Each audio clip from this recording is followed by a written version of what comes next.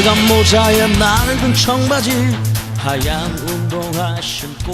안녕하세요, 허성TV의 허완입니다. 레슨비도 없고 연습하기도 싫고 연습할 시간도 없고 바쁘니까요. 그런데 노래 실력은 늘리고 싶다. 네, 제 영상을 보십시오. 여러분들이 영상을 보는 것만으로도 머리로 이해하고 바로 실전에서 써먹을 수 있는 그런, 오랜 발성 연습하고 뭐 음역대 연습하고 이러면 좋지요. 그러면 좋지만 그럴 시간도 없고, 또 시간을 뭐 6개월에서 1년 막 매일 하루 1시간씩 2시간씩 열심히 연습을 해놨는데 어느 정도 수준이 올라갔지만 이게 또 뭐 직장인분들 같은 경우 또 바쁘죠. 학생들도 뭐 공부하다 바쁘죠. 그러면 다시 또 그 실력이 또 제자리 걸음이거나 또 안 하면 또 줄어들고 그럽니다. 자, 그럴 때마다 제 영상을 한 번씩 보시면 현재 있는 실력에서 많이 좀 향상이 될 겁니다. 자, 오늘은 어떤 걸 하느냐, 이거 굉장히 중요한 팁인데요. 마이크 사용법에 대해서 알아보도록 하겠습니다. 마이크 사용만 잘해도 여러분들 노래 실력 정말 많이 올라갑니다. 제가 오늘 마이크 이렇게 두 개를 해놨는데, 요거는 이제 제가 녹음용 마이크고요. 요거는 여러분들이 많이 쓰는, 노래방 같은 데서 많이 쓰는 핸드 마이크라고 하는 건데, 뭐 정확히 얘기하면 다이나믹 마이크, 요거는 콘덴서 마이크 이렇게 되어 있는데, 이것은 이제 주로 음반 작업이나 할 때 녹음실에서 쓰는 마이크죠.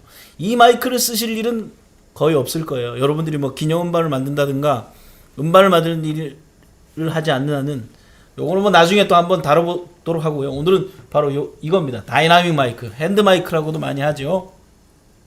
뭐 다이나믹 마이크와 콘덴서 마이크는 어떻게 다릅니까? 또 이런 쪽으로 설명하려면 좀 길어지니까 그것도 다음에 기회가 되면 제가 설명을 해드리고요.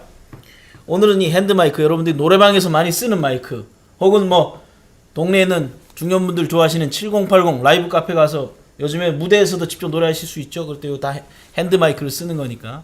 혹은 뭐 동네 노래자랑, 뭐 오디션 같은 데 가서 다 이 핸드 마이크를 씁니다. 주로 라이브용이라고 생각하시면 되고, 이건 녹음용이라고 생각하시면 됩니다. 이 핸드 마이크만 잘 써도 노래 실력이 굉장히 올라갑니다. 제가 마이크를 켰는데요, 요런 잔향 소리가 들리죠, 여러분들? 요거는 이제 리버브라고 하는 건데, 보통 프로 가수들이 쓰는 에펙트고, 여러분들이 노래방에 가면 이거보다 더 울림이 심한 에코라는 걸 또 씁니다. 이 에펙터 사용법에 대해서도 다음에 또 기회가 되면 제가 설명을 해드리고요. 자, 그러면 마이크를 사용을 할 때 여러분들 잘 보셔야 됩니다. 일단 여러분들 노래방 가서도 갑자기 고음 삑 하고 울리거나 아니면 뭐 하고 울리는 경우 있죠. 하울링이라 그럽니다. 뭐 정확한 용어는 피드백이라고 하는데, 자, 일단은 하울링이라고 생각하면 돼요. 하울링이 나면 듣기가 안 좋습니다. 그죠? 갑자기 삑 소리 나니까 음향기기도 망가지고. 하울링이 어떻게 나는 것이냐, 간단히 설명해 드리자면, 내가 노래나 음성을 했을 때 이 마이크를 타고 앰프를, 믹서, 앰프, 스피커를 거쳐서 최종적으로 이제 스피커로 소리가 이렇게 나오죠. 그걸 우리가 듣는 건데, 이 스피커에 나온 소리가 다시 마이크를 타고 들어가면 하울링이 납니다. 심하게 들어가면 하울링이 납니다. 음향기기에 굉장히 안 좋은데 제가 한번 시범을 보여드릴게요. 자, 어느 정도로 하울링이 나면 소리가 안 들리냐, 여러분들 많이 아마 노래방에서 경험해 보셨을 텐데, 자, 스피커가 망가지지 않기를 바라야 되겠죠.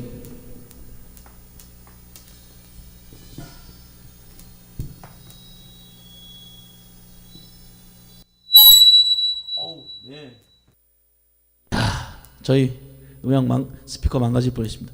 바로 이 소리죠. 굉장히 듣기 싫죠. 막 귀가 따갑고 막 귀에도 굉장히 안 좋습니다.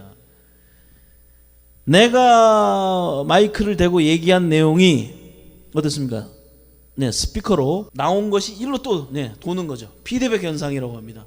이것이 과하게 들어가면 이제 하울링이 나서 삑 소리가 나죠. 삑 소리가 나는 거를 이제 고음 쪽에서 하울링 나는 거고, 저음은 더 심해요. 뭐 웅 하는 소리 나고 그러는데, 그러면 이제 스피커가 나가거나 앰프가 심한 경우는 앰프 나오고 막 그럽니다. 그러면 아주 노래방 주인분들도 굉장히 싫어하고 음향하시는 분들도 굉장히 싫어하죠. 이렇게 하우링이 나지 않도록 여러분들 잘 조심해야 됩니다. 하우링이 안 나려면 어떻게 해야 되냐? 무조건 스피커 앞으로 스피커와 마이크가 정방향이 됐을 때, 물론 정방향이 안 되고 볼륨이 너무 컸을 때도 하울이 나오기도 합니다. 그것도 제가 이따가 한번 보여드릴 건데, 일단은 이것이 일직선으로 스피커와 마이크가 일직선이 되지 않도록 조심하셔야 됩니다. 무대에서 만약에 부를 때는 이 모니터 스피커라고 여러분들이 화면에 지금 잘 안 보일 텐데요. 제가 이따가 또 보여드릴 건데, 모니터 스피커에도 소리가 마이크가 가까이 가면 하울이 날 수가 있습니다. 이런 식으로요.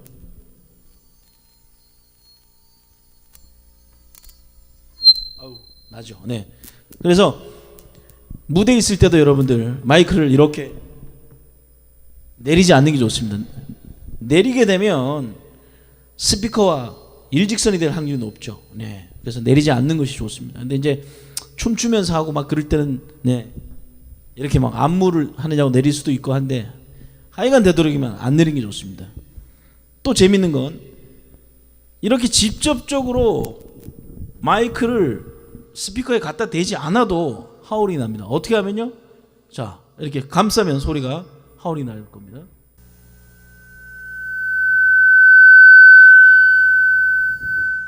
나죠. 뛰면 또 소리가 안 나고 하울링이.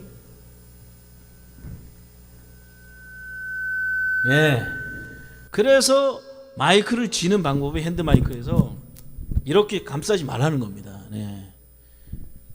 올바른 마이크 사용법은 자루를 잡아야 돼요. 자루를 여러분들. 뭐 끈 잡고 뭐 이것도, 왜냐면 이 라인 선을 잡게 되면 선이 또 떨어질 수도 있고 하니까 항상 자루를 잡는 것이 가장 중요합니다. 근데 이제 뭐 힙합 하시고 이런 분들은 이제 이렇게 잡고 뭐 소리를 이렇게 또 뭐 이렇게 하면 소리가 증폭이 돼서 커지기도 하죠. 그래서 발성이 약하신 분들은 하게 되는데 소리가 듣기 좋은 소리가 나지 않습니다. 자, 이렇게 감쌌을 때는 어떠한 원리로 이렇게 하울링이 나느냐, 이것도 좀 길어요, 설명하려면. 그래서 나중에 제가 마이크에 대해서 또 한번 음향적인 얘기, 이론적인 얘기를 할 건데, 오늘은 사용법에 대해서 집중적으로 설명을 하도록 하겠습니다. 마이크에 감싸지 마십시오. 근데 나는 이렇게 감싸는 게 너무 습관이 되고 너무 이게 멋있어 보인다, 래퍼처럼. 그러면 요령이 있습니다. 이렇게 잡으시면 돼요. 이렇게 잡으면 하울링이 잘 안 납니다. 왜냐? 요게 틈이 생기기 때문에. 중요한 건 틈이 생기지 않을 정도로 꽉 막았을 때 하울링이 납니다. 틈이 생기면 하울링이 거의 안 나죠.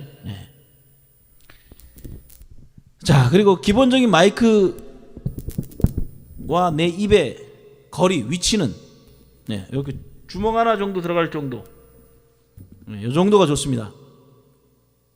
근데 이제 마이크 사용법 중에서 중요한 것이 또 하울링이 안 나게 하고 또 거리 조정인데요.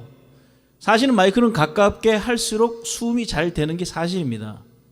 뭐 이제 음역대에 따라서 어떻게 되냐, 띄웠을 때 막 얘기 나오는데, 그냥 복잡하니까 간단하게 생각하세요. 여러분들이 소리가 작을 때는 최대한 가까이 가고요.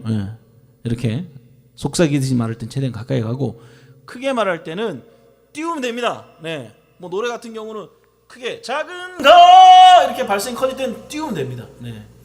뭐 어떤 분들은 보면 퍼지의 민경훈 씨 같은 게 이렇게 이마에 대기도 하고, 이선희 씨 같은 경우 막 이렇게 막 밑에 내기도 하는데, 그럴 때는 수음이 잘 안 될 수도 있으니까, 프로분들은 워낙 발성이 또 크고 좋으니까 또 그럴 수도 있고, 또 방송 장비나 방송국에 쓰는 마이크들은 또 굉장히 고가고 좋으니까 그럴 수도 있는데, 여러분들은 뭐 이 정도만 띄워도 굉장히 효과가 좋습니다. 물론 소리가 아주 말소리가, 노래소리가 크신 분들은 더 띄워야 되겠죠. 그러니까 중요한 건 거리 조정을 어떻게 하냐에 따라서 소리가 아주 좋게 들릴 수 있습니다. 제가 시범적으로 한번, 자, 저번 시간에도 제가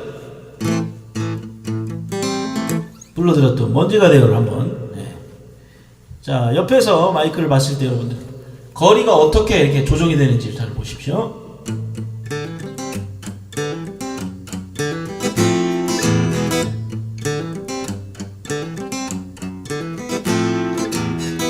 바하의 선율에 젖은 나르는 잊었던 기억들이 피어나네요.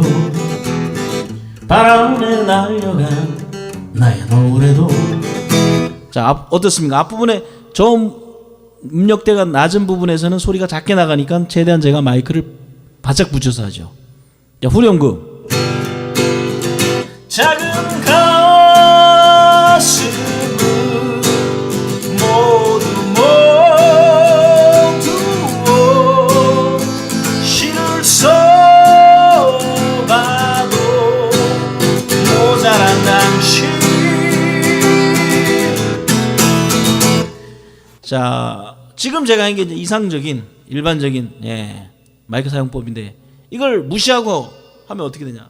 일단 뭐 자기 발성이 작다고 계속 이렇게 앞에 대고 하신 분들, 바하의 선율에, 자, 후렴구. 작은 가슴을 모두 모두어 시를 써봐도 모자란 당신. 어떻습니까? 듣기에도 이제 음압이 커지니까 이 반주 밸런스하고도 잘 안 맞고 듣기 싫죠. 시끄러워지죠. 노래는 똑같은 실력을 갖고 있는데 이 마이크 사용을 어떻게 했냐에 따라서 달라지는 겁니다. 또 반대로 너무 띄어서 부르면 안 들리겠죠. 바하의 선물에 젖은 날에는 잊었던 기억들이 피어나네요. 뭐 후렴구는 음악이 올라가니까 좀 들릴 수 있겠지만 작은 가슴을 모두 대중음악은 가사 전달도 굉장히 중요합니다. 그죠? 왜냐? 가사 전달이 되게 감정이입이 잘 되니까요. 그런데 이제 앞부분에 이렇게 너무 멀리 떨어져 하면 뭔 말인지 잘 안 들리잖아요. 그렇기 때문에 거리 조정 중요합니다. 간단합니다. 높은 음에서는 점점 뛰고 낮은 음에서는 최대한 가깝게 그렇게 부르면 되고 하울이 나지 않게끔 이 두 가지만 잘 기억하셔도 굉장히 노래자랑 같은 데 갔을 때도 좋고 노래방에서도 노래 잘한다는 소리 들으실 수 있는 아주 꿀팁이라고 생각합니다. 자, 한 가지 더.